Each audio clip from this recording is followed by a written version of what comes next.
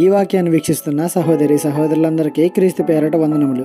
ఈరోజు వాక్యం ద్వారా దేవుడు మనతో చెప్తున్న మాట, నీ చేతులు నన్ను నిర్మించి నాకు రూపు ఏర్పరచును. కీర్తన గ్రంథము 119:73.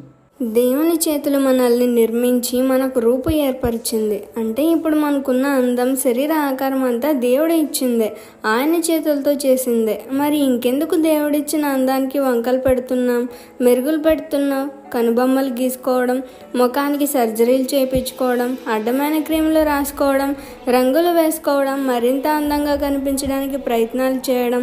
మరి ఇవన్నీ చేస్తున్నాం అంటే దేవుని చేతి పనికి వంక పెడుతున్నట్లే కదా. ఒకసారి ఆలోచించు. క్రైస్తవేతరులు ఇలా చేస్తున్నారంటే వారికి చెప్పేవారు లేక. కానీ నీకు అన్నీ తెలుసు కదా, వాక్యం నీతో మాట్లాడుతుంది కదా. మరి ఇంకా మారకపోతే ఎలా?